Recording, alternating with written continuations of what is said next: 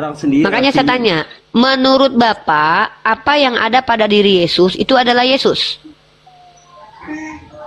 Ya Yesus. Tangan Yesus apakah Yesus? Ya Yesus. Kelamin Yesus apakah Yesus? Kok kelamin lagi? Yesus ya Yesus. Nggak ada kelamin lagi. Giliran tangan Yesus adalah Yesus, giliran kelamin kenapa nggak dijawab? Kok kelamin? Tangan Yesus Yesus, ya Yesus Yesus. bukan. Pertanyaan saya adalah, apakah segala sesuatu yang ada pada diri Yesus adalah Yesus? Ya Yesus. Rambut Yesus, Yesus bukan. Ya Yesus. Kaki Yesus, Yesus bukan. Semua yang ada dalam diri Yesus ya Yesus. Ya udah kalau gitu kelamin Nggak Yesus usah adalah pakai Yesus. kata kelamin. Kok kelamin? Sepakat. Kenapa pakai kata kelamin? Suka-suka saya lah. Saya lagi bahas disembah kelamin kok. Kamu yang nggak terima. Terima Hendra. kasih. Kalau Artinya begitu. Pak Hendra, udah diam dulu lah. Pak Hendra, Pak Hendra, Pak Ya. Hendra, Ya. kelamin Yesus itu hidup atau mati? Kok kelamin ya Yesus? Ya Yesus. Nggak ada kelamin. Iya, Ah, maksudnya Yesus hidup. nggak punya kelamin. Hidup nggak Tunggu. kelaminnya? Enggak, Pak. Bentar, Kak. Dibahasnya Bapak bilang kelamin. Yesus. Gimana sih? Tunggu, Bapak mengatakan Yesus tidak punya kelamin. Ya Yesus ya Yesus. Wah, penghujatan itu, Tidak punya laporkan. kelamin dia. Hujatan ini ngeri. Ini Tuhannya bilang nggak punya kelamin nih. Menghujat Jahat banget Bapak nih, ini. Pak, dia laki loh, Pak. Ya Yesus ya laki ya sudah. Jahat banget nih, Yesus. Bapak. Dia punya kelamin nggak? Bahasnya Dia ngatain kelamin. Tuhannya, dia ngatain Apa Tuhan. gunanya bahas Bapak kalau kelamin? nggak mampu tema ini, untuk membuktikan bahwa tidak layak Tuhan itu punya kelamin. Nah, itu untuk membuktikan kebenaran bahwa Tuhan itu tidak berkelamin. Itu gunanya saya bahas di sini. Tidak pantas, tidak layak, dan tidak patut Tuhan dikatakan berkelamin. Itu kenapa saya harus bahas tema Ayatnya ini. di mana? Paham kalian? Ayatnya di mana? Allah laisa kamitslihi syai'un. Makanya saya tanya, bapaknya Yesus, Tuhan dalam perjanjian lama punya kelamin atau enggak? Ya Tuhan ya Tuhan. Bapaknya ya. Kamu Bapak nih Yesus. apa sih?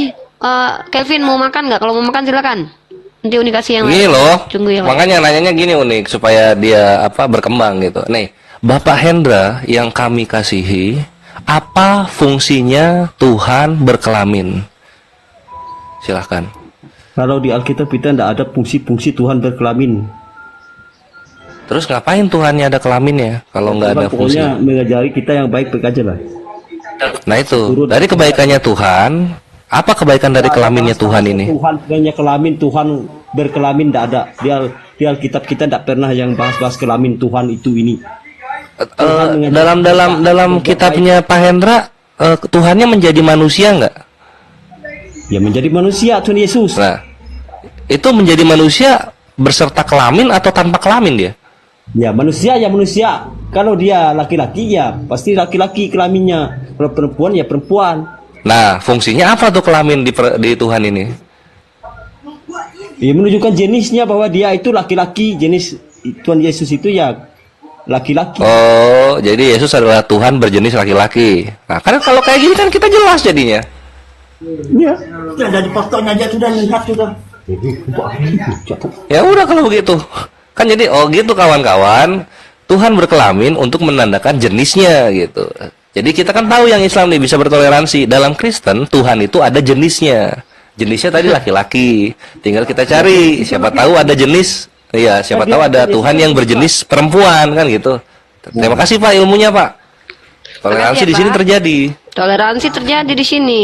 Sama kayak Kepas tadi udah toleransi Uni, udah diakui sama Kepas bahwa kelamin Yesus adalah Yesus kata dia.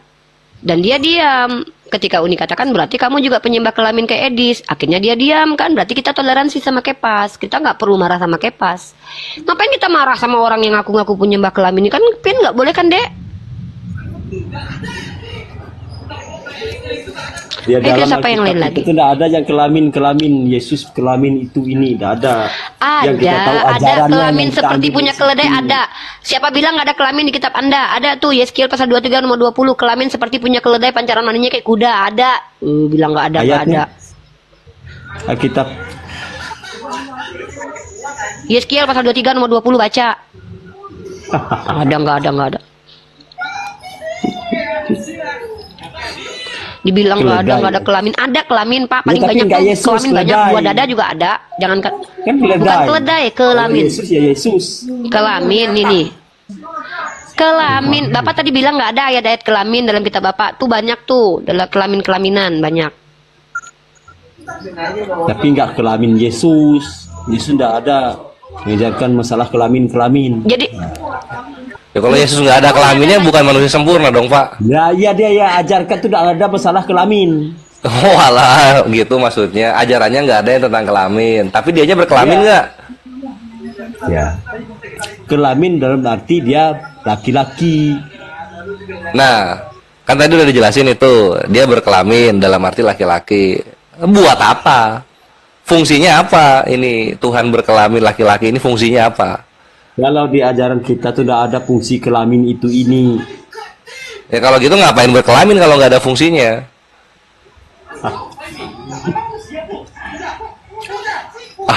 Gitu deh. Tidak ada bahas kelamin itu ini untuk Memang nggak ada bahas kelamin. Memang nggak ada bahas kan nggak mungkin kan ketika mengajar Tuhannya kan lihat ini ya, bentuknya begini, kalau dia dipegang begini kan nggak mungkin begitu kan? Tidak ada.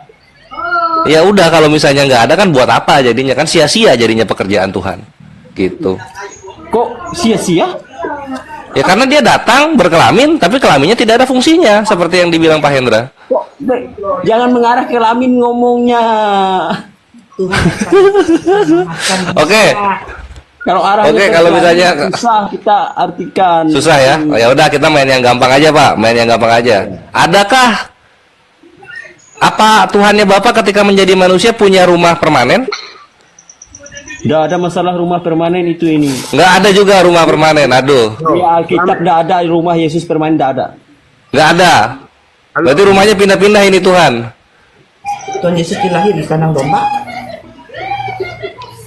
Lahir di kandang domba. Waktu dewasa tinggalnya di mana, Bu? Rumah tidak ada. Tidak ada rumah. Waduh, susah juga. Apa yang pernah Yesus berikan barang-barang pribadinya kepada orang-orang terdekatnya? Tuhan Yesus tidak pernah memberikan barang-barang pribadi. Nggak punya rumah, nggak pernah memberikan barang-barang pribadi. Memberikan ajarannya untuk murid-muridnya. Ada di Alkitab. Ajaran, ucapan-ucapan gitu maksudnya. Ya. Ucapan-ucapan saja. Ya, ada aja di Alkitab. Perintah-perintah Tuhan Yesus itu ada. Oh berarti cuma di ucapan-ucapan, perintah, wejangan kayak gitu-gitu ya, nggak ada barang konkret ya? Untuk apa barang-barang konkret? Ya kalau memang mengasihi kan pasti ada barang yang diberikan gitu dari pribadinya. Harusnya kan gitu. Berarti Loh, kalau ketawa. kita ngisi orang harus kasih barang begitu. Coba Pak Hendra pernah ngasih apa ke istri? Ya itu kan lain istri. Lain. Muridnya sama untuk istri lain.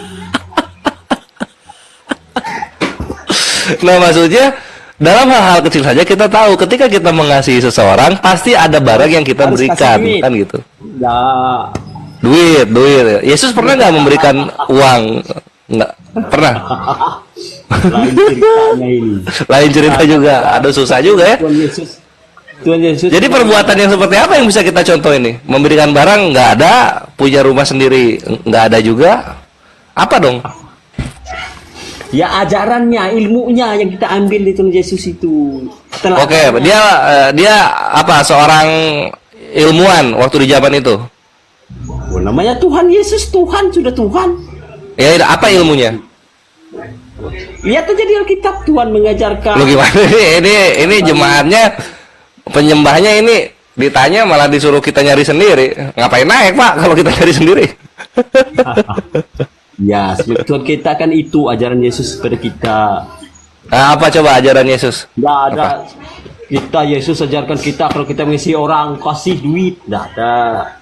Nggak ada kalau kita ngasih orang pasti duit. Jadi apa? Kasihnya Yesus apa kalau bukan duit? Nggak ada. Tuhan Yesus mengajarkan kita yang kasih duit kalau kita mengasihi orang, nggak ada. Oke, kalau misalnya mengasihi orang bukan uang, apa dong yang dikasih Yesus? Ya.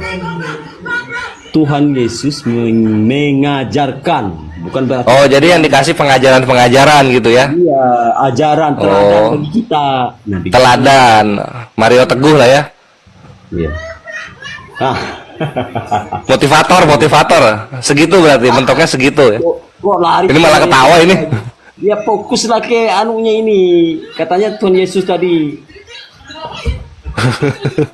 Iya, soalnya kita udah katanya mau ganti topik. Aku ganti topiknya segala nggak ada, segala nggak punya. Bingung jadi mau bahasnya yang mananya gitu. Kalau kita berpindah-pindah judulnya bisa. Ya tadi katanya dibahas yang ini, nggak usah bahas kelamin ya. Udah kita bahas yang lain. Rumah ada nggak? Nggak ada. Ya udah, ada barang dikasih nggak? Nggak ada juga. Apalagi dong kita bahas? Memang nggak ada gimana? Yang ada apa? Ya ajarannya, teladannya. Oke, ajarannya apa isinya ajarannya? Ada perintah, kita sudah ada perintah lengkap di. Ya udah gini deh supaya berkembang ya. Ini gue bantu. Ada ajarannya Yesus. Laksanakan saja begitu. Kita laksanakan, oke? Siap. Nah, ini ada ajaran Yesus, Pak, di Matius 7 nomor 7, Pak. Ini bagus. Dan kita pengen tahu gimana Kristen melakukan ajaran ini. Di Matius 7 nomor 7, nanti Bapak Ibu bisa buka di Bible cetaknya di rumah. Di sini ada pengajaran begini dari Yesus ya. Mintalah maka akan diberikan kepadamu, carilah maka kamu akan mendapat, ketoklah maka pintu akan dibukakan bagimu gitu. Sudah dipraktekkan, Pak? Ya terus Bapak sudah minta-minta? minta maksudnya? Loh, ini ajarannya Matius 7 nomor 7. Ah, Mintalah mintalah maka akan diberikan kepadamu katanya. Carilah maka kamu akan mendapat, ketoklah maka pintu akan dibukakan bagimu. Ya. Bapak udah pernah coba minta terus dapat? Ya, Bapak udah pernah coba minta terus diberi? Banyak. Minta. Oke, Bapak pernah minta apa ke orang?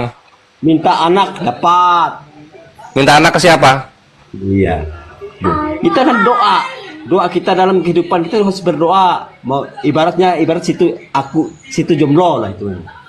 Mau cepat minta istri, dapat istri, ya doa. Dengan sungguh. Lah ini terus kalau minta ke manusia gimana? Ya kita Di sini bukan ke Tuhan, Pak, nggak ada Tuhan di sini. Mintalah maka akan diberikan kepadamu, carilah maka kamu akan mendapat, ketoklah maka pintu akan dibukakan bagimu. Masa Tuhan punya pintu kan gitu? Tuhan itu suruh kita berdoa sambil bekerja. Tuh orang Kristen. Nggak ada kata doanya juga di situ. Ini, wah Bapak ini nambah-nambahin apa yang tidak tertulis ini. Nambahin, bukan itulah. Kita kan minta sama Tuhan tuh, bukan berarti kita. Nah di situ minta. Tidak mungkin. Kalau tidak kita doa, Tuhan tunjukkan jalan untuk usaha. Kita berusaha. Oh jadi ini minta-mintanya ke Tuhan ya, bukan ke sesama manusia ya? Lewat perantara manusia, Tuhan memberi kita rezeki, begitu. Oh gitu. Kirain ke manusia, Pak. Maaf. Ya udah kalau memang tafsirnya begitu, ya udahlah kita mau gimana ya. Sabar. Iya ya, kalau misalnya perintahnya begitu ya gimana, kita cuma bisa oh aja gitu. Oke, berikutnya Pak. Ini ada di Lukas. Kita kan sesuai ajaran Yesus aja kita. Iya, tapi kan ajaran Yesusnya bukan minta ke Tuhan ini. Ini mintalah ini. Ya mintalah. Kan minta ke Tuhan dalam arti bukan kamu yang minta, doa kita maksud Tuhan itu begitu. Oh gitu. Jadi ditafsirkannya bukan minta-minta ke sesama manusia ya, tapi ditafsirkannya minta ke Tuhan. Oke lah, nggak apa-apa. Dia kan sudah ke surga, sudah bangkit. Udah bangkit dia ya. Nah, ini orang yang udah bangkit ini bisa terkabul, baik itu lewat manusia. Oke. Nah, terus ada lagi ini ajarannya nih Pak nih. Kalau Bapak kurang tahu, mungkin kurang diajarin di gereja. Di Lukas 14. Lukas 14:26. Di sini 6. Di sini 6. Di sini membenci bapaknya, ibunya, istrinya, anak-anaknya, saudara-saudaranya, yang laki ataupun perempuan, atau bahkan nyawanya sendiri, ia tidak dapat menjadi muridku katanya. Bapak sudah benci, ketawa deh. Nggak boleh diketawain loh, ini ajaran Tuhan loh. Nggak ada ayatnya gitu. Nggak ada. Lukas 14:26. Mungkin teman-teman yang di bawah bisa lihat juga. Nggak ada Siap. ayatnya di situ. Nggak ada ya, nggak ada ayatnya ya. Tidak bisa diterima ini ayatnya. Nanti kalau Bapak nemu dirobek aja Pak. Karena di saya ada ini. Nggak ada ayatnya gitu. Biar kita tuh Coba mungkin Bapak Ibunya bisa dibuka Bible cetaknya gitu, siapa tahu nemu. Kalau nemu langsung dirobek aja. terjun dari Monas kalau bohong itu. Bohong katanya. Ya udah mungkin bapaknya bisa dibuka Bible cetaknya atau siapa? Alfi mungkin mau open kan? Alfi silakan. Mungkin ayat tidak ada ayat begitu. Dipikir-pikir katanya ayatnya katanya. Buka aja Bible-nya Pak. Begitu. Ayatnya dipikir-pikir katanya kaget dia gua bacain. Bapak buka aja Bible-nya Pak. Tidak ada ayat begitu. Nggak ada ayat yang begitu katanya. Aku nggak kaget. Bapak makin lolak makin lucu Pak. Aduh. Ayo siapa ada yang bisa open cam mungkin bisa dilihatin Bible cetaknya. Silakan. Alfi nggak ada cetak di sini. Oh. Nggak ada. Bapak. Bible cetak di sini. Pak kalau ada katakannya, kalau nggak ada katakan tidak Pak. Jangan abu-abu.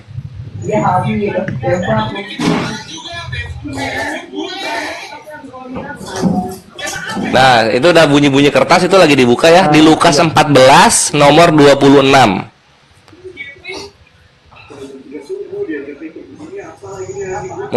Mungkin ibunya udah siap-siap ini ya, mungkin nasi kuning perpisahan gitu karena bapaknya bakal berangkat ke Jakarta ke Monas. Monas itu 78.000 Pak, tiketnya naik ke atas, Pak. Iya kah? Gampang. Gampang ya? Siap-siap. Coba kita tunjukin. Nah, ini udah dibukain nih, udah dibukain. Kita tunjukin aja digitalnya. Bapaknya kan punya Bible lah di sana, pasti punya lah. Kok yang lainnya pada diam ini? Ya kalau semuanya ngomong paduan suara namanya, Pak. Enggak, itu kan sela-sela kita nggak ngomong itu kan. Oh, ini sambil nunggu soalnya, sambil nunggu. Nih Pak, ini Lukas 14:26. Jikalau seorang datang kepadaku dan dia tidak membenci bapaknya, ibunya, istrinya, anak-anaknya, saudara-saudaranya, laki-laki dan perempuan, bahkan nyawanya sendiri, ia tidak dapat menjadi muridku. Wah, sama Pak.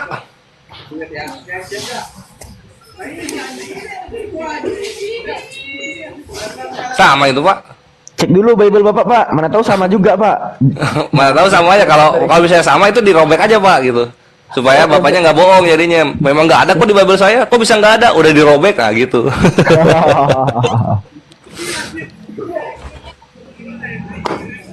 Ayo Pi, lanjut Pi. Apa? Tunggu dia loncat dari Monas aja lagi nih.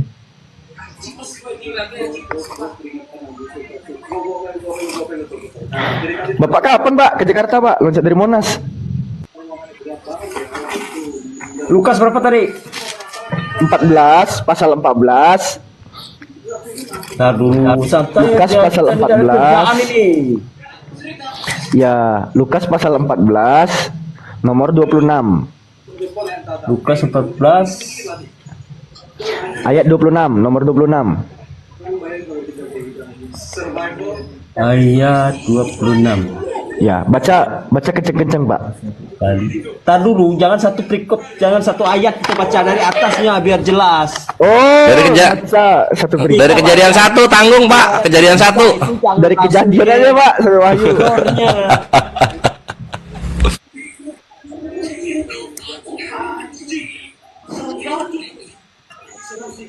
Tuh Pak, baca judul perikopnya, segala sesuatu harus dilepaskan untuk mengikut Yesus, betul?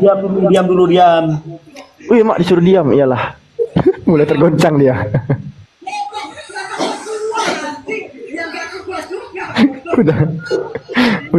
udah dibaca dia itu.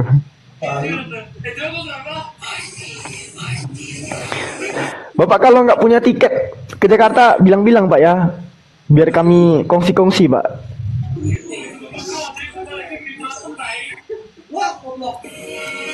Terjun dari Monas Pak. Pak Hendra. Pak Hendra. Terjun dari Monas, Pak. Pak Hendra, aku bisa berhitung nih ya. Bentar lagi nih turun deh nih.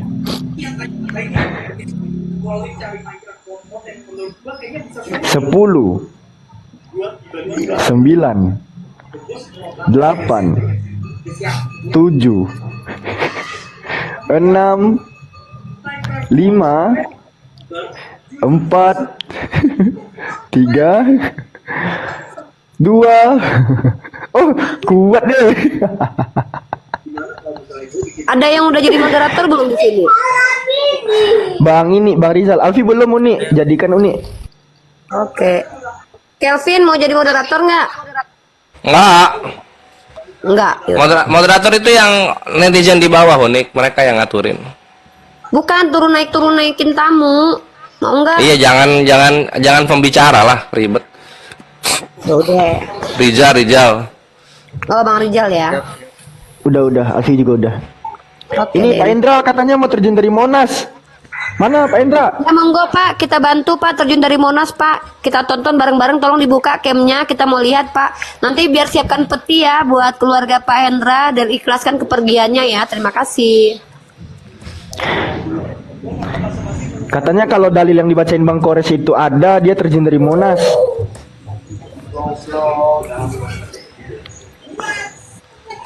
Pak, beneran baca dari Kejadian sama Wahyu Bapak ini kayaknya nih.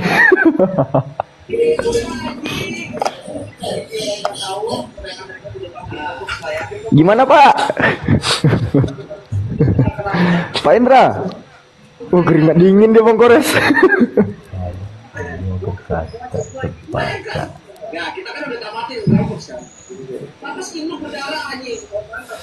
Ya kalau dikasih ke gue jangan yang baik-baik lah, kasihan bre.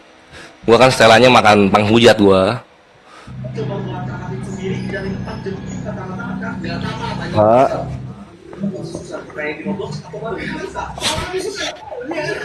Pak Hendra.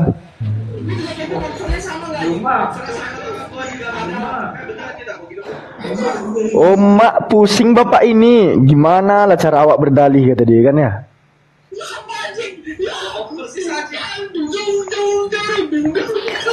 Pak Hendra, monitor. Wah, memang bentar lagi hilang dia ini. Ah.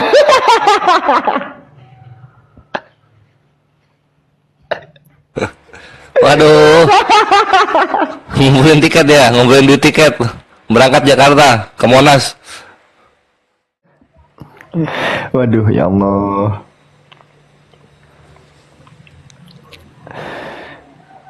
Astagfirullahaladzim. Oh, ciri-ciri kayak Edis itu katanya mau potong kuping nggak jadi-jadinya.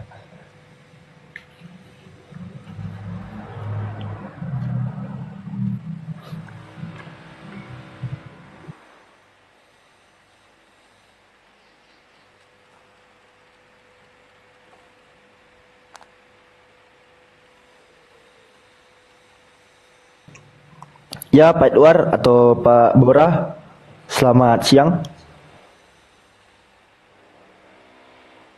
Pak Bora, Pak Edward, selamat siang.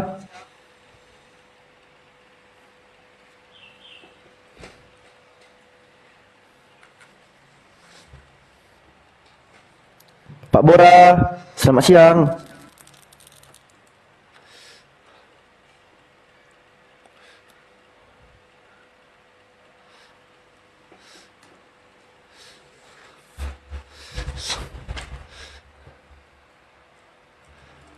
Halo. Halo, halo Pak Bora. Pak Bora Kristen, Pak.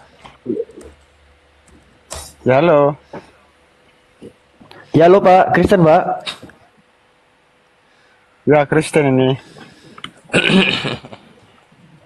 Tuh gimana Pak? Bang Slamet Raharjo bertanya soal Lukas 14:26, Pak. Yang tentang apa itu tadi ayat yang dibaca itu Ya. itu tafsirnya bukan bagaimana orang Kristen itu apa? Aduh, bagaimana orang mau Keselak itu Pak, lanjut aja Pak, lanjut.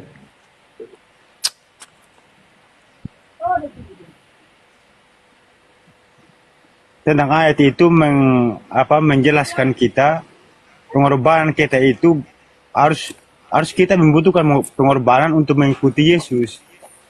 Bukan berarti kita membenci saudara maupun yang lainnya. Coba boleh dibacakan dulu dalilnya Pak, biar Contoh kita ayat sama-sama. contoh ayat yang Bisa dibacain lagi Pak, Lukas 14:26-nya. tadi saya sudah baca yang di apa tadi di layar tadi itu. Kan ada ini menggambarkan bahwa Kristen mengikuti Yesus itu tanpa pamrih.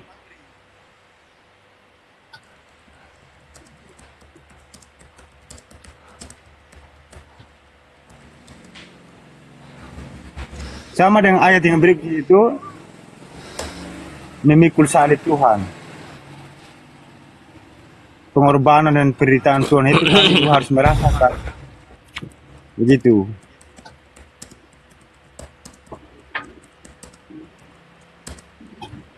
Bukain lagi Bang Rizal.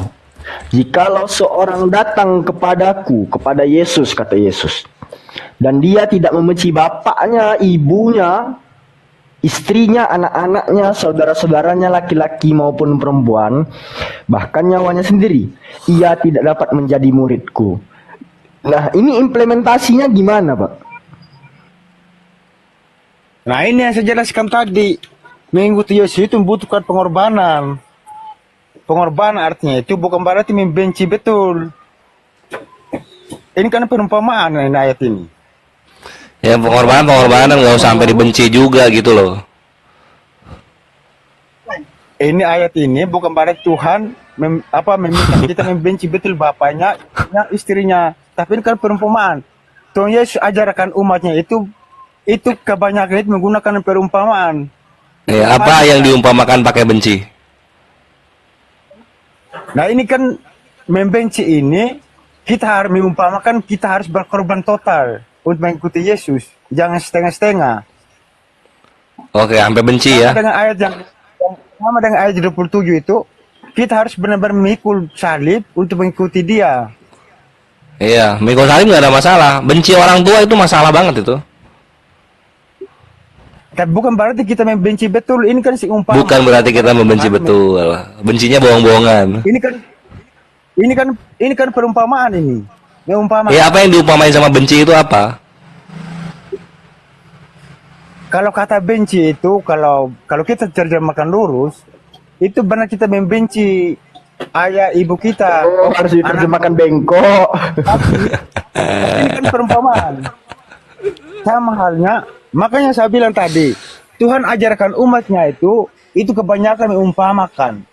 Dia tidak langsung omong langsung dengan kata-kata kita sekarang, dengan bahasa kita. Karena kalau kita baca Alkitab, Tuhan mengajarkan murid-muridnya itu semua itu pakai perumpamaan. Seperti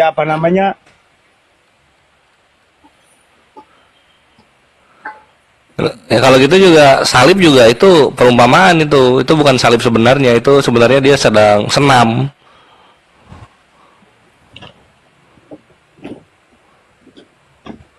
Naik ke surga juga itu perumpamaan itu. Naik ke surga itu sebenarnya dia sedang lagi good mood gitu. Iya, tapi pasal 20 ayat 27 ini kan bersiap tidak memikul salib. Nah, ini kan kita agama Kristen yang sekarang kan tidak mungkin kita pikul betul salib. Ini kan perumpamaan ini ayat ini. Iya, iya, tapi kan benci orang tua, benci adik kandung, kakak kandung sendiri kan sepanjang masa bisa itu. Maka saya sudah bilang tadi, itu kan Tuhan tidak menyuruh Kristen untuk membenci betul. Itu kan perumpamaan. Perumpamaan ini kita harus berkorban total untuk mengikuti Tuhan Yesus. Sama dengan kita memikul salib, bukan berarti kita benar. Iya, kalau berkorban total aja gitu, nggak usah sampai ngebenci kan bisa. Banyak kok pahlawan negara berkorban tapi nggak benci negara. Nah itu saya sudah bilang tadi, kan kita bukan membenci betul. Itu kan perumpamaan, berkorban. Berarti membenci bohong, membenci salah itu maksudnya ya. Perumpamaan. Ada tentang apa? Oke. Kalau gitu itu bencinya perumpamaan kayak gitu. Tidak mungkin bertemu dengan orang di salah. Masa tidak tahu itu perumpamaan? Mengumpamakan. Ya kita nggak tahu karena Yesus nggak pakai prolog, nggak pakai pembukaan. Ini kata-kataku ibarat sepertinya kan gitu. Biasanya kan Yesus kalau ngomong ibarat atau enggak seumpama kayak gitu. Ini kan nggak pakai itu dia. Langsung aja. Tapi kan Tuhan Yesus mengajarkan murid-muridnya berbagai macam pendekatan. Ada yang diomong langsung, ada yang menggunakan perumpamaan. Dalam ayat ini Tuhan Yesus mengajarkan murid-muridnya menggunakan perumpamaan. Oke lah, kita anggap gini ya. Membenci itu maksudnya itu adalah berkorban gitu ya. Ya, bukan berarti kita mantap. Ayah ibu kita. Masa Nah, Tuhan jadi gue juga ajarkan kita ajarkan Tuhan ajar kita untuk mengasihi sesama. iya gitu, lucu ketika musuh dikasihi itu bukan kiasan, tapi ketika membenci bapak ibunya itu kiasan gitu. Saya sudah bilang tadi, Tuhan Yesus ajarkan murid-muridnya ada secara langsung, omong secara langsung, ada juga yang menggunakan perumpamaan. Kalau Yesus meminta murid-muridnya itu mengasihi musuh, itu bukan perumpamaan. Karena itu beneran. Yesus itu ajarkan, iya ajarkan. Itu beneran. Kalau ini itu beneran. Iya beneran. Oke, kalau misalnya mengasihi musuh itu beneran, coba ajarkan kami yang Islam bagaimana cara mengasihi setan.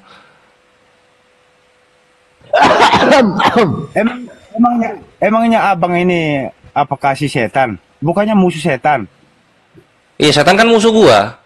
Harus mengasihi ini. Gimana caranya? Emangnya setan itu manusia, Bang? Oh, harus manusia doang yang dikasihi. Oh, gitu. Jadi Bang. Jadi musuhnya itu yang bentuknya manusia. Gini aja. Ini untuk apa? Tunggu ada telepon gua, lanjut sih. Setan. Iya. Nah, ini Kalau ini yang setan kan dikasihi bukan cuma manusia, hewan tumbuh-tumbuhan nggak perlu dikasihi dong. Loh, lain juga tumbuhan-tumbuhan dan hewan. Ini kan tadi abang kan omong setan. Abang juga benci setan. Siapa pun pasti benci Setan itu kan Setan musuh punya manusia, setan. Bang. Setan itu kan musuh Iya. saya. Iya. Tapi semua orang musuh setan karena setan menyesatkan. Nah, gimana cara mengasihi kan? musuh kalau gitu? Lah, masa kita lagi ajarin cara mengasihi musuh? Iyalah, kita nggak ngerti, coba mengasihi pembunuh, mengasihi pemerkos, mengasihi pembegal, kita nggak ngerti caranya gimana. Iya, gini. Kan omong tadi membahas perkos, pembegal itu. Oh, misalnya kita jalan ada begal. Tapi kita tidak boleh membunuh yang pembegal ini, kan ada cara lain. Melaporkan ke kepolisian itu ya. Loh, katanya mengasihi malah melapor ini. Gimana konsepnya? Oke. Nggak, ajar gini, mau turunkan saya.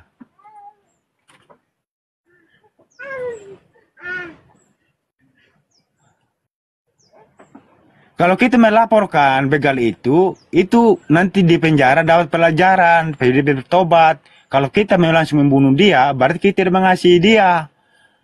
Begini, itu artinya. Bahkan pembunuh sekalipun, kita tidak berhak untuk membunuh, karena Tuhan yang berhak untuk mencabutnya. Ya, gua agak bingungnya di sini ya, orang Kristen itu bahasa Indonesianya kacau sekali. Mengasihi itu berkorban. Lalu kemudian salah, gimana? Membenci itu berkorban, mengasihi itu melaporkan. Onani otak gua dengernya. Nah, gini, ini ayat ini kan berkorban untuk mengikuti Tuhan Yesus. Tidak ada kaitannya dengan mengasihi manusia. Tadi kan kita selesaikan dulu ayat ini yang Lukas ini pasal 14 ayat 26 sampai 27. Iya. Tapi ini saya menjelaskan perumpamaan terhadap murid-muridnya, bagaimana murid-murid totalitas mengikuti Tuhan Yesus. Bahkan Oke, murid-murid ditinggal keluarganya ya, bapak ibunya. Walaupun hubungannya baik-baik saja ditinggal. ya meninggalkan keluarganya untuk mengikuti Tuhan Yesus. Ini kan Keluarganya salah apa? Kok ditinggal? Ya, Keluarganya salah apa? keluarganya tidak salah apa-apa. Tapi Kenapa ditinggal? Yesus waktu dimanapun Yesus pergi, mereka murid-muridnya juga mengikuti. Kenapa nggak dibawa aja? Itu totalitas. Selamatnya mau sendiri-sendiri. Bukan mengenai selama diri sendiri, kan namanya murid, 12 murid itu, mereka totalitas mengikuti Tuhan Yesus. Mereka tinggalkan rumah mereka untuk mengikuti Tuhan Yesus sama-sama dengan Tuhan. Ya orang tuanya dibawa aja sama adik-adiknya. Kan nggak boleh ya? Lah. Ya boleh, tapi dalam ayat ini kan tertulis kita kita tahu bahwa murid-murid Yesus itu mengikuti Yesus dimanapun Yesus pergi. Oh, ngerti gua. Jadi kalau udah jadi murid Yesus, keluarga yang lain nggak boleh jadi murid Yesus, harus ditinggal. Kata gini bang, kata murid Gimana? itu Iya. 12 murid itu. Itu 12 Mereka ini murid punya keluarga atau yatim piatu semua ini? punya keluarga, Punya keluarga, oke. Terus? tapi punya keluarga, tapi semua keluarga bukan murid Yesus, hanya 12 murid Yesus. Setelah kematian Tuhan Yesus dan kebangkitannya, Kenapa dia baru pilih-pilih bertambah gitu? Murid-murid yang lain. Kenapa keluarganya nggak dibawa gitu loh? Kalau abang tanya saya tidak bisa jawab. Itu langsung tanya Yesusnya saja. Karena Yesus yang memilih 12 murid itu. Keluarganya nggak dipilih sekalian? Itu Yesus yang memilih, bukan saya bang. Oh, berarti salahnya di Yesus ini, bukan di murid-muridnya kalau gitu. Orang keluarganya bisa ikut kok. Emang nyusahin Yesus ya kalau keluarganya ikut ya? Ini, tapi keluarga murid-murid Yesus itu bagian dari umat Tuhan Yesus. Tapi keluarga rasul-rasulnya dimana pergi, mereka mengikuti Yesus. Tapi umat Tuhan Yesus, keluarga dari murid-muridnya, mereka di rumah tak. Tapi mereka juga bagian dari umat Tuhan Yesus. Dan Nah, kalau gitu nggak perlu dibenci atau ditinggal dong. Biasa aja bilang gitu. Jika seorang datang kepadaku, maka keluarganya auto ikut denganku. Kan bisa gitu. Ini kan abang menerjemahkan lurus ayat ini. Saya sudah bilang. Harusnya bengkok ya. Kita terjemahkan bengkok. Coba kalau kita terjemahkan bengkok gimana? Cara abang mau bengkok itu bahasa Indonesia itu terjemahkan lurus itu dan perumpamaan itu kan pasti abang mengerti. Kenapa kita apa? Gue susah gini. Jikalau seorang datang kepadaku dan dia tidak membenci bapak ibunya, oke, ini membencinya kiasan. Maksudnya itu meninggalkan. Lo tetap kenapa ditinggalin? Orang itu pengen selamat ke surga bareng-bareng keluarganya. Ini kok ditinggal keluarganya, kasihan. Gini bang. Ya. Berarti kita mengikuti dimanapun dia pergi kita selamat. Sekarang kami juga umatnya kami tetap selamat. Keluarganya gimana? Sama seperti rakyat. Keluarganya gimana keluarganya? Ini Bora jadi muridnya Yesus ini Bora. Ya. Bora muridnya Yesus bukan? Saya bukan muridnya, saya umatnya Tuhan Yesus. Murid-murid Tuhan Yesus. Umatnya Tuhan Yesus. Ya. Kalau umat nyembah murid nggak? Nggak mungkin lah. Oke. Murid ini malaikat? Bukan manusia biasa seperti saya, tapi hanya saja mereka punya. Kenapa ada beda status begitu? Apa? Kok ada beda status begitu? Status yang mana dulu ini bang? Murid sama umat. Gini, kelebihan murid-murid Yesus, mereka dipilih langsung pada zaman Yesus untuk mengikuti Yesus dimanapun dia pergi untuk pengajaran. Tapi umat sekarang ini bedanya, kami percaya bahwa Yesus adalah Tuhan kami, menyelamatkan kami. Oh gitu. Jadi kalau murid itu dia pengikut Yesus, kalau umat itu dia yang menyembah Yesus. Oke. Betul, dan murid juga menyembah Yesus. Oh, murid juga menyembah Yesus. Nah, Jadi pas Yesus ngapain nih murid-muridnya nyembah-nyembah dia? apa? Kan kalau menyembah itu kan sujud-sujud tuh gitu kan. Nah itu pas Yesusnya lagi ngapain? Lagi tidur, lagi makan? itu tidak dijelaskan dalam kitab, Bang. Itu Tidak dijelaskan ya. Kalau gitu jangan dibilang menyembah kalau gitu dong. Loh, kami Kan biasanya orang Kristen kan kalau orang Kristen kan kalau menyembah Tuhan kan dia apa namanya matanya merem, tangan kanannya naik ke atas. Nah, siapa tahu murid-muridnya juga kayak gitu, kayak Yesus dikelilingin gitu. Siapa tahu. Enggak ya? terserah Bang aja ya. Tapi Enggak ya, berarti? gini aja, Bang. Saya ini Apa? ya, saya ini orang TV ya. Orang Sumba, Orang kita TV? toleransinya tinggi ya. Saya ini orang orang NTT. Oh, NTT Papua oke. Sumba. Tapi kita ini toleransinya tinggi. Kenapa saya gabung di room ini? Karena apa namanya temanya itu sangat sensitif. Coba cari tema-tema lain lah. Begitu makanya saya gabung, penasaran juga. Oh. Makanya saya tidak bisa. Ini Pak Bora, ini gua ngasih tahu kenapa ini terjadi gitu. Karena ini adalah sebuah tuayan dari apa yang Edis tabur begitu. Karena Edis duluan bahas Islam, makanya kita di sini full combat, kita bahas Kristen habis-habisan. Nggak ada bahas Islam sama sekali. Nah, Gitu. Gini, Apa yang di posisinya apa yang ditabur oleh Kristen yang menuai Kristen juga gitu. gini Bang. Itu Ya. iblis ya. Iblis. Tapi kasihan juga Kristen yang lain. Macam apa namanya kata kelamin itu kan sensitif ya. Makanya tadi kami di sini yang toleransinya tinggi macam tidak enak ya kalau apa baca tema yang seperti itu saudara-saudara Muslim apa menyembah kelamin karena kami walaupun Tuhan Yesus kami statusnya laki-laki dan punya kelamin tapi dalam tema seperti itu kan sensitif gitu loh. Makanya Ngerti, Pak Bora, saya gitu. juga di room ini. Sama kayak Edis juga kan bawa angkatnya Nabi kami Raja Sese itu kan sensitif juga. Tapi karena dia mulai ya udah kita gas. Marilah. Kan ujung-ujungnya yang Edis gak sadari adalah orang-orang Kristen yang bertoleransi yang nantinya menjadi korban sakit hati gitu kan. Itu tuayannya. Ya betul. Ya mengerti di situ mengerti. Tapi apa namanya kita diskusi saja Bang ya mengenai apa tentang pengetahuan saya tentang apa Kristen. Mantap ya Pak Boro dari tadi konsisten kok, santun. Ya, yang namanya apa Bang? Yang namanya mendalami Alkitab itu ya mereka yang bagian ambil teologi. Sedangkan kami ini kaum awam yang biasa-biasa saja, tidak begitu mengerti apologet. Tapi Ya, tidak sama gini, seperti yang- Pak Bora jangan berkecil hati gitu karena kita nih yang berdialog dengan segala bentuk status dari kawan-kawan Kristen. Jawaban Pak Bora tipikal dengan orang Kristen dari golongan apapun gitu, mau yang dari biasa, jemaat, sintua atau teologi gitu. Sama seperti ini. Gitu. Jadi Ya, Pak Bora jangan berkecil hati. Ya. Tapi Gitu. apa namanya? Ya maaf ya Bang, tapi ini kalau mengenai ditanya ayat-ayat ini tadi itu sebatas pengetahuan saya itu perumpamaan. Kalau ada pertanyaan lagi sebelum diturunkan atau saya yang turunkan sendiri tidak masalah. Bisa kita diskusi. Aman Pak Bora.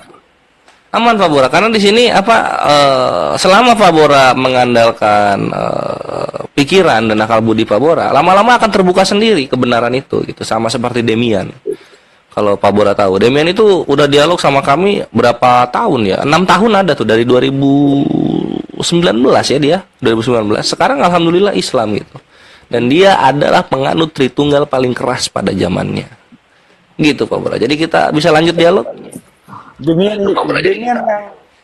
Demian yang apa tuh? Yang sulap-sulap itu? Bukan beda. Bukan ada dia seorang dulunya apologet juga, dia Tritunggal keras juga dan dia paling seneng kalau bawa argumen itu Tuhan kami hidup gitu dia. Tapi sekarang Islam akhirnya. Ya kita lanjut saja. Oke, kita lanjut ya, mantap. Nah, sekarang gini, Pak Bora, ini gue akan mengajak Pak Bora ke dalam analogi, gitu kan. Ketika ada, bayangkan jalan raya, jalannya lebar, jalan raya, 2 arah. Lalu kemudian dari sebelah arah barat ada mobil, kecepatannya 180 km per jam, gitu, dia ngebut sekali. Dan dari sebelah timur ada motor, dia kecepatannya 160 km per jam, woing gitu, yang mobil gitu. Lalu kemudian di perempatan jalan, keduanya adu banteng, bledak, adu banteng, sampai pengendara mobilnya ini keluar dari tempat duduknya dan tergeletak di pinggir jalan. yang motor juga lebih parah dong tentunya karena tidak seaman mobil gitu kan. Dua-duanya tergeletak gitu dengan bentuk yang sudah tidak karuan dan berdarah-darah, tapi masih terlihat kehidupan dari mereka berdua gitu. Warga di sana yang tidak mau mengambil tindakan gegabah akhirnya menelpon ambulan gitu kan, ambulan. Yang kita tahu lah ambulan itu kan untuk apa? Untuk membawa orang ke rumah sakit kan. Ambulannya ditelepon, dia baru datang 4 minggu kemudian, Pak Bora. Pertanyaannya untuk Pak Bora, ini 2 orang yang terkapar gara-gara laka lantas. Kalau ambulan yang membawa mereka ke rumah sakit ini baru datang 4 hari kemudian, 4 minggu kemudian, mereka berdua selamat nggak atau keburu mati? Mati. Tergantung juga apa namanya status apa parahnya.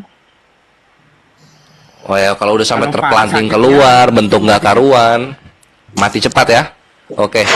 Nah, kalau misalnya logika Pak Bora mengatakan itu pasti mati cepat, yang seperti itu gitu. Sekarang gimana konsepnya? Ketika dalam Kristen itu ada ajaran manusia jatuh ke dalam dosa, tapi Yesus yang menebus dosa ini baru datang 4.000 tahun kemudian gitu. Gimana mau selamat ini orang? Silahkan. 4.000 tahun kemudian. Iya.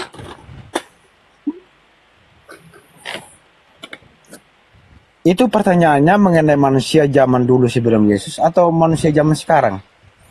Manusia zaman sebelum Yesus datang dong. Kan pertama kali manusia jatuh ke dalam dosa itu kan tahun 0, Adam, iya nggak? Nah, itu jatuh tuh manusia ke dalam dosa kan? Nah, Yesusnya menebus dosanya Adam ini, dosa waris, baru datang 4.000 tahun kemudian gitu.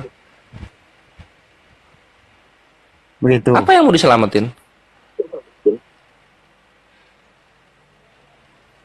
Tapi ini pertanyaan Silakan. paling pertama saya ya. Iya.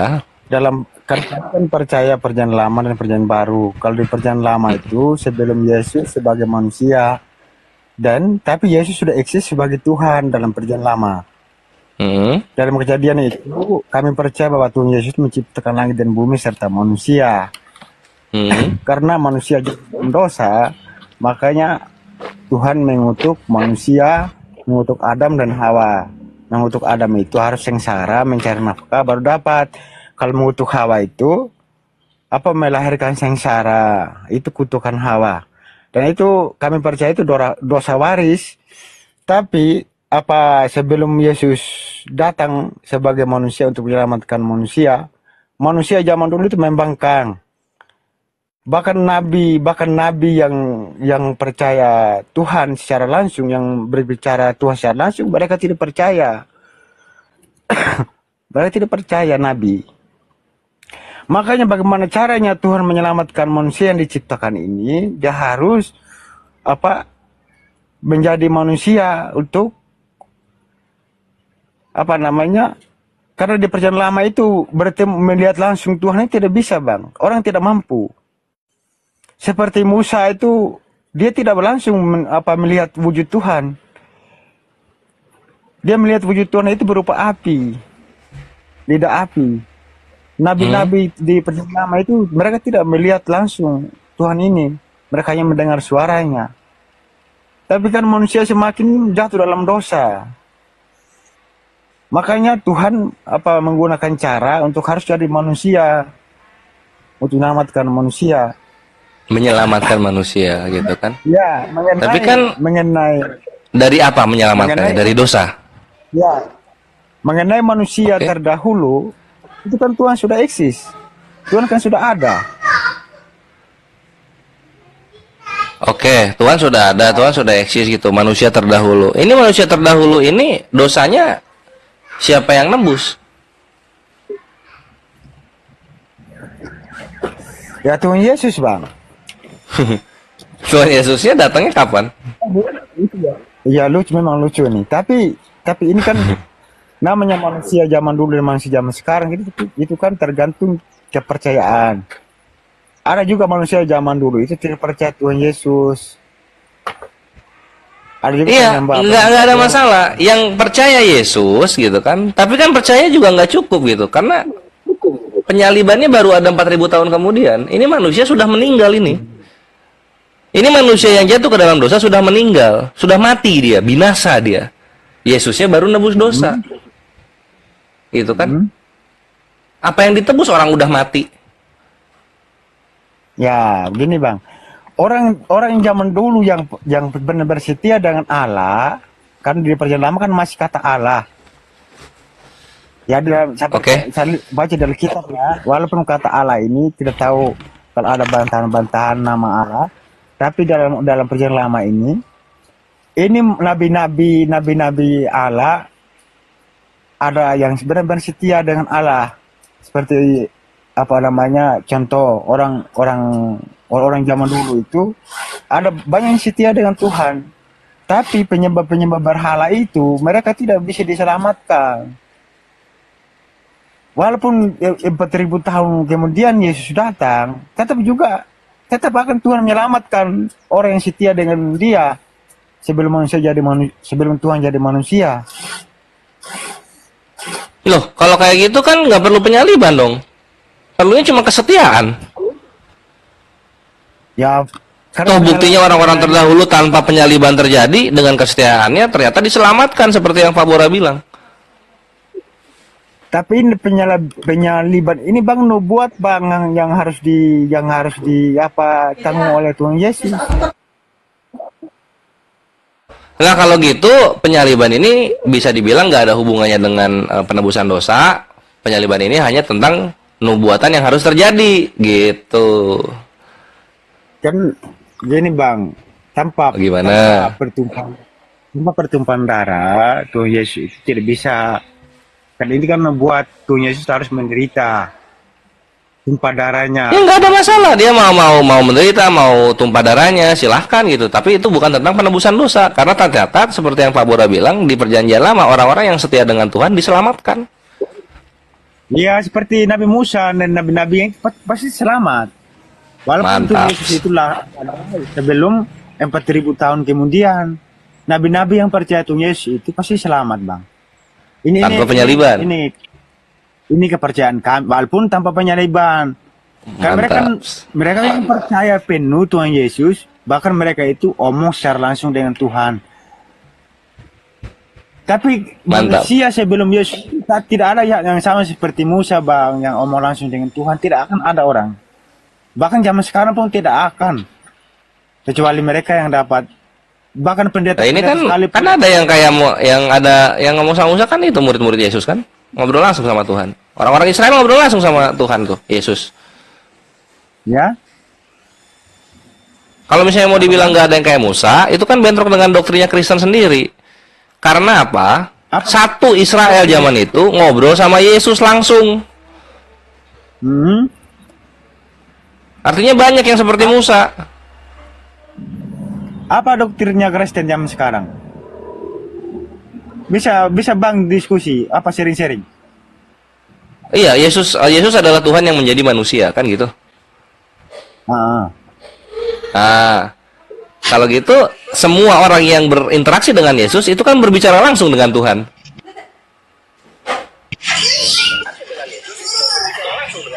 Waktu zamannya. Ya enggak? Nah kalau gitu banyak orang yang seperti Musa dalam doktrin Kristen gitu. Iya. Yesus kan? Iya. Iya Bang, tapi statusnya Bang, mereka bukan nabi Bang. Iya, malah lebih bagus ini karena bukan nabi, orang biasa loh. Iya Bang, tapi beruntungnya mereka yang bukan nabi ketemu langsung Tuhan Yesus. Di saat Tuhan Yesus sudah datang sebagai manusia, mereka beruntung. Tapi zaman Musa, Tuhan Yesus kan belum menjadi manusia. Dia hanya menyampaikan apa yang disampaikan melalui firman-Nya, melalui perkataannya. Gitu. Iya, intinya gagal sudah yang Pak Bora bilang, tidak ada yang seperti Musa. Satu Israel zaman Yesus itu seperti Musa, ngobrol langsung sama Tuhannya, kan gitu. Iya Bang, tapi mana ada orang zaman Yesus seperti Musa Bang? Mereka kan bukan nabi. Saya bilang kan mereka bukan nabi Bang. Iya, nggak perlu jadi nabi, mereka langsung ngobrol sama Tuhan ya, nggak perlu pakai nabi.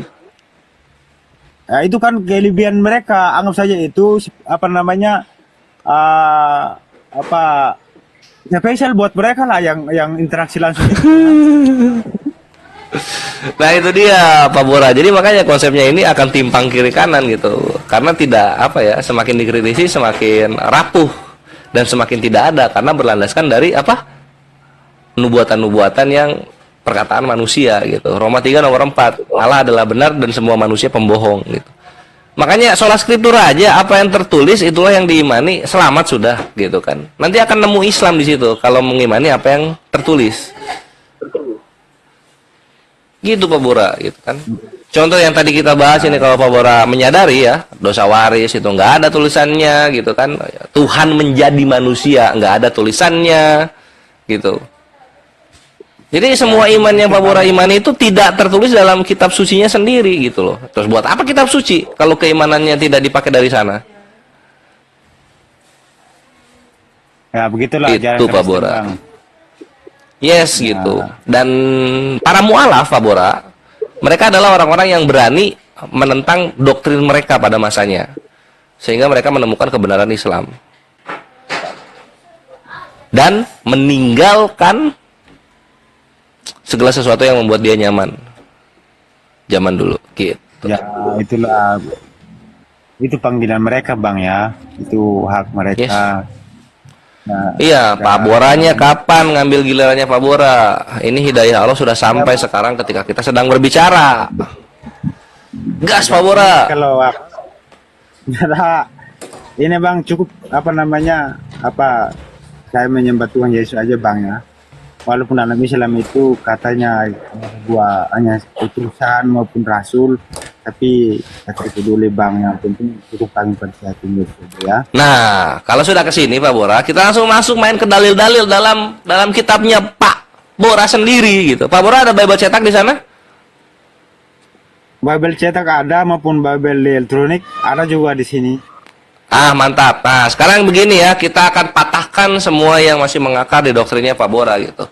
Cukuplah Yesus menjadi Tuhan. Pertanyaannya, apakah Yesus itu terlihat oleh semua manusia? Tidak. Ketika dia hidup di bumi, maksudnya. Itu tergantung orang-orang yang ketemu Yesus. Tapi orang yang Oke, tidak ketemu mantap. Yesus melihat. Berarti ketika dia ketemu sama Yesus, Yesus ini nampak pada matanya. Nampak apanya? Nampak apa bentuk badannya, nampak rupanya. Ini Bang, Tuhan Yesus ini saya sebelum ini pasti ya nampak lah seperti manusia dan statusnya laki-laki. Itu pasti nampak. Makanya kami manggil itu Bapak, seorang laki-laki. Oke, kalau begitu silakan Bapak Bora bacakan apa yang dikatakan Paulus, tokoh yang gua favoritkan, di 1 Timotius 1:17. Apa namanya? Apa? 1 Timotius. Tunggu.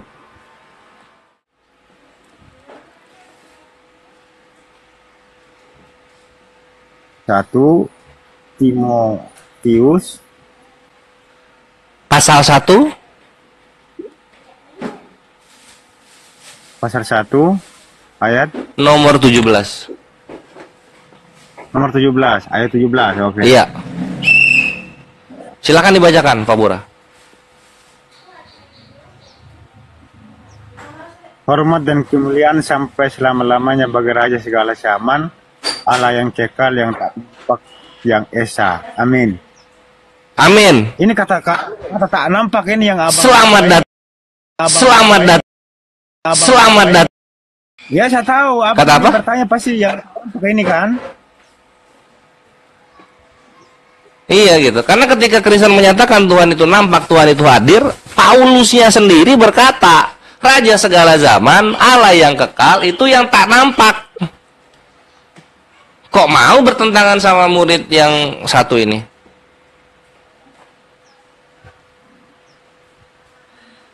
Itu satu Ini, Pak Bang, Bora. ini. Kita gimana? Iya, tapi kita jelaskan dari tadi, Bang. kalau mengenai ini bang, itu bagian apologet mereka yang kuasai ini bang. Kalau yang apa namanya? Kalau yang mengenai ayat-ayat ini saya kurang kuasai karena ada ada orang-orang tertentu yang khusus mempelajari tentang Alkitab yang menafsir-nafsirkan. Pak Bora, apologet, Pak Bora, apologet, Pak Bora, apologet sekelas apapun, siapa Superboy gitu, gue udah nyoba juga dialog sama mereka. Mereka tidak menjawab ini, mereka malah lari membahas Al-Quran.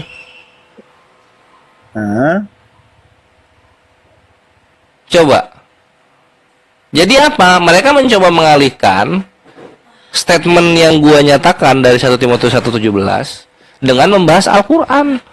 Gitu. Nggak ada jawaban sama sekali. Itu kelakuannya apologet dari Kristen.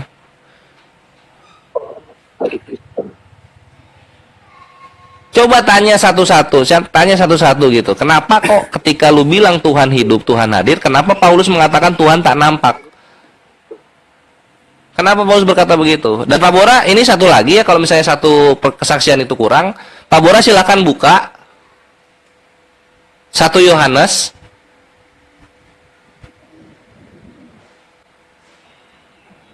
Pak Bora? 1 Yohanes sudah? 1 Yohanes 1 Yohanes pasal 4.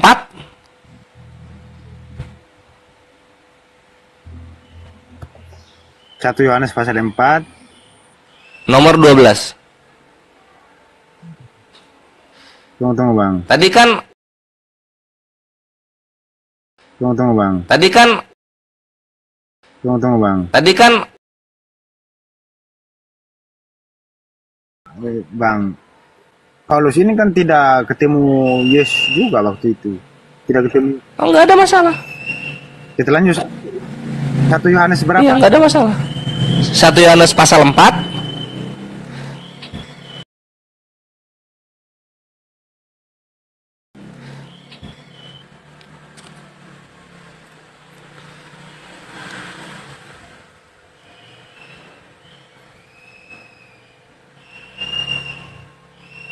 Nomor 12. Ya, bacakan tolong Pak Bur. Ada seorang Allah, jika kita saling mengasihi, Allah tetap di dalam kita dan kasih sempurna dalam kita. Ini tentang Selamat datang lagi di kebenaran. apa? Ini bang sudah pernah tanya-tanya yang lain bang, kasih penjelasan ayat ini. Udah, mereka larinya malah membahas topik yang lain, dan yang parahnya malah membahas Islam, membahas Al-Quran. Ini belum beres dijawab, ini belum beres mereka akui, mereka larinya ke Al-Quran, bahas topik yang lain. Terus emangnya Allah Itu Pak Bora. Gini. Yes. Dari ayat yang abang. Kalau misalnya Allah tidak pernah ada yang lihat, Allah tidak tampak, terus Yesus ini apa? Terus kalau memang Allah ini tidak tampak. Ini yang ngomong Yohanes sekarang, bukan Paulus. 2 kesaksian gua bawa. Paulus 1, Yohanes 1. Paulus ketemunya nanti, Yohanes ketemunya tiap hari karena dia murid yang dikasihi. Tapi kalau memang Yohanes mengimani Yesus itu Allah, kok bisa-bisanya dia berkata tidak ada seorang pun yang pernah melihat Allah? Tapi emangnya Allah tidak tampak bang? Terus Yesus apa? Ya tampak lah. Mungkin Dia kan manusia. karena Yesus bukan Allah Bapa. Selang. Ya kan, kalau Gitu. Yesus itu Bapa itu kan Yohanes jatuhnya. Iya. Tadi Pak Bora itu menjurus ke sana sebenarnya, ke Wanes itu. Apanya mah? Apanya? Pak Bora tadi menjurusnya, Pak Bora itu sebenarnya bukan Tritunggal dari tadi dialognya, Oneness, tapi itu bahasan yang nanti lah, bahasan yang nanti. Nah, seperti yang kita ketahui, kalau misalnya kita cermati, yang selalu disebut Allah itu Bapa. Yesus tidak pernah satupun manusia berkata dia Allah. Paulus dan Yohanes menegaskan itu, seperti dalil yang gua bawakan gitu. Sehingga apa? Sehingga apa? Ya? Dari Paulus kan mengakui Yesus Tuhan bang. Walaupun dalam perkataannya dalam satu ayat itu bilangnya tak tampak, tapi kebanyakan surat-surat Paulus kepada jemaat-jemaat itu mengakui itu Yesus sebagai Tuhan. Nah, di sini Pak Bora yang pengen gua kasih tahu gitu. Kalau misalnya Yesus itu diakui sebagai Tuhan, kok bisa Yesus tidak diakui sebagai Allah? Ya. Kalau memang Yesus Tuhan, kenapa dia tidak sekalian diakui sebagai Allah? Allah dengan Yesus itu kan Tuhan, Bang. Tergantung kami yang menyebutnya. Nah, di sini yang Pak Bora nggak ngerti gitu. Allah dan Tuhan itu adalah degradasi yang dilakukan oleh kawan-kawan Kristen. Jadi Allah itu sebenarnya Tuhan. Tuhan di dalam Kristen itu adalah Tuhan. Gitu. Makanya kalau kita lihat di kitab-kitab yang abad-abad 19 ke atas dari Kristen, Yesus itu dipanggilnya Tuhan, Tuhan, selalu Tuhan dipanggilnya. Nggak pernah Tuhan, nggak pernah Allah. Karena yang menyandang gelar satu-satunya Allah itu hanya yang disebut Bapa ini. Yesus itu adalah utusannya Bapa, utusannya Allah. Utusan Allah bukan Allah. Utusan presiden bukan presiden. Gitu Pak Bora. Dalam Islam kekristenan itu terkenanya gulu atau berlebih-lebihan. Atau berlebih-lebihan. Atau berlebih-lebihan. Allah Tuhan. Utusannya Tuhan. Tuhan itu kalau dalam Kristen utusan, ginilah. Tuhan itu kalau dalam Kristen utusannya Allah. Nah, Tuhan dalam Kristen itu ciptaan.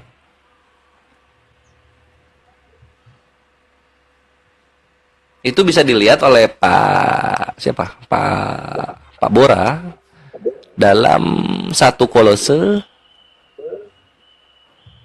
Ini Kolose ini Paulus lagi ya. Paulus ini yang berbicara.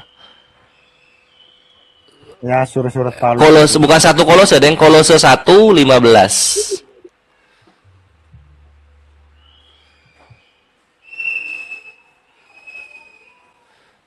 Tapi kami begini aja, Bang. Kami tidak terlalu Ya. tergantung ya dari surat.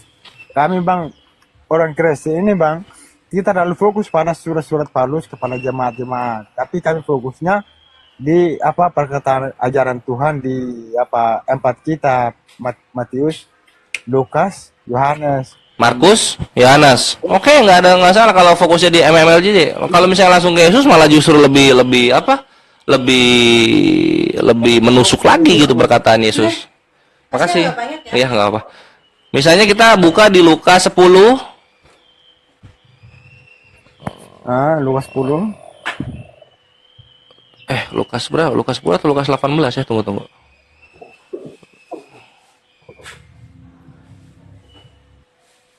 Lukas 18 nomor 19. Ketika ada seorang kaya yang bertanya kepada seorang pemimpin gitu, nanya kepada Yesus. Menarik ini. Lukas 18 nomor 19. Pak Bora kalau mau dibaca satu perikop silahkan.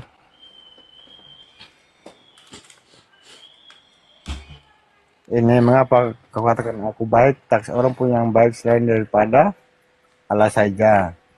Selamat datang lagi di kebenaran. Yesus yang berbicara, bukan Paulus, bukan Yohanes atau siapapun.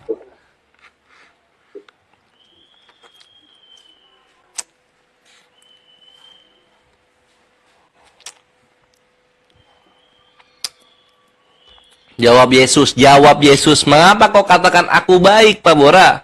Tak seorang pun yang baik selain daripada Allah saja. Yang baik itu Allah, bukan aku. Ya, tapi Yesus ini kan berkata di saat Yesus menjadi manusia ini, Bang. Karena kebaikan ini hanya milik Allah. Tapi Yesus mewakili dirinya sebagai manusia. Manusia tentunya tidak lebih Sebagai baik manusia. daripada Allah, kan? Oke. Ketika Yesus menjadi manusia, dia berkata seperti ini. Ketika Yesus terangkat ke sorga, dia Allah atau manusia? Ya pasti Allah lah. Oke. Ketika dia terangkat ke sorga, dia Allah lagi ya, bukan manusia. Sekarang kita lihat nih timelinenya. Ketika Yesus sudah di sorga nih ya. Ketika Yesus sudah di sorga, apa yang dia katakan? Kita buka Pak Bora di Wahyu 3 nomor 2. Sudah di sorga posisinya kalau Wahyu. Dan Yesus memberikan penglihatan kepada Yohanes. Nah, iya kan dia apa sebagai anak manusia kan statusnya di sana. Ketika di Wahyu dia sudah di sorga, nggak tahu apa posisinya dalam Kristen. Tapi seperti yang Pak Bora bilang, kalau di sorga Ya, dia Allah. Iya, tapi dalam penglihatan Rasul Yohanes itu kan dia menyebutnya sebagai manusia kan, anak manusia.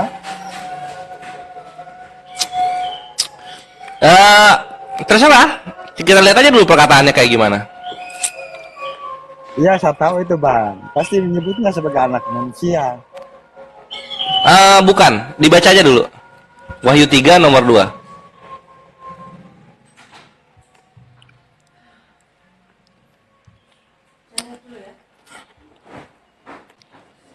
Namanya.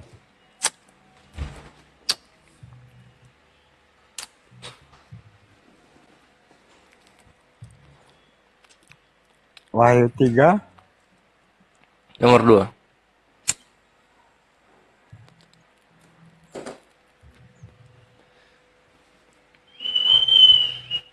Bangunlah dan kuatkanlah apa yang masih tinggal yang sudah hampir mati. Tidak satu pun dari pekerjaanmu aku dapat sempurna di hadapan Allahku. Selamat datang di kebenaran. Gini, ini masih ini bukan bukan perkataan itu Yesus. Ini ini perkataannya Yohanes kepada jemaat di Sardis ini.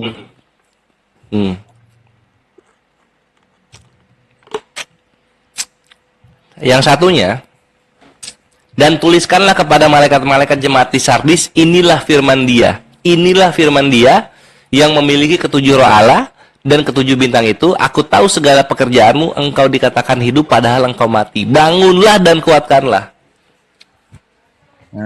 Jadi Yohanes di sini hanya menuliskan pesannya Yesus. Ya, saya tidak baca dari atas. Bangun kuatlah apa yang masih tinggal dan sudah hampir mati, sebab dari pekerjaanmu aku dapat sempurna di hadapan Allahku.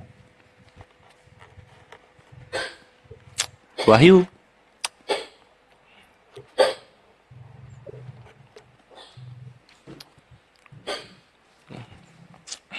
Jadi selalu ketika kita merujuk langsung kitab sucinya, bukan doktrinal, akan ada selalu jawabannya di situ. Mau Pak Bora mengelak kemanapun Yesus ini statusnya apa, jawabannya langsung tertulis, baik dari murid-muridnya Yesus, bahkan dari Yesusnya langsung. Gak pernah dia melebihkan dirinya dari yang dia sebut Bapa, nggak pernah. Dia sangat menjaga itu. Dia sangat menjaga itu, Pak Bora. Dan inilah ciri-ciri orang yang benar, gitu. Tidak seperti iblis yang ingin melampaui statusnya.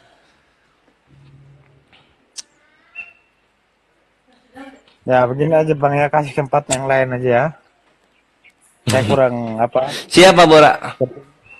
Oke. Apa Bang bukan tidak apa namanya?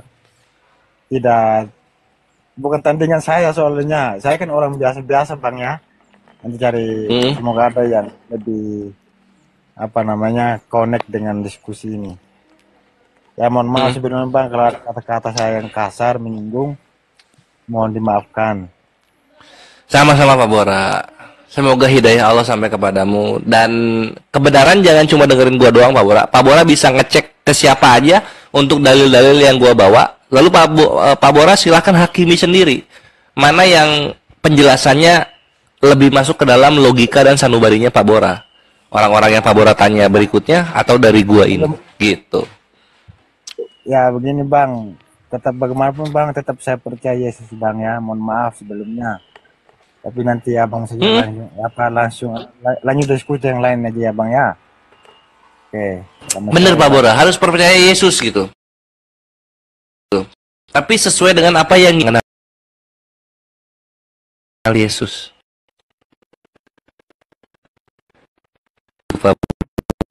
Selamat datang di kebenaran Pak Bora. Yeay.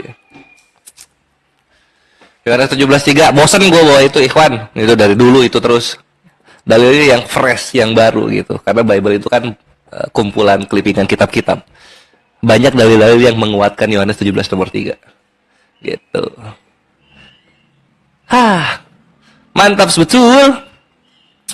Selamat datang lagi di kebenaran, sekali lagi gue ucapkan. Dan inilah koreksi Ikhwan. Loh, mana itunya? Gunjang unik, oleng dia.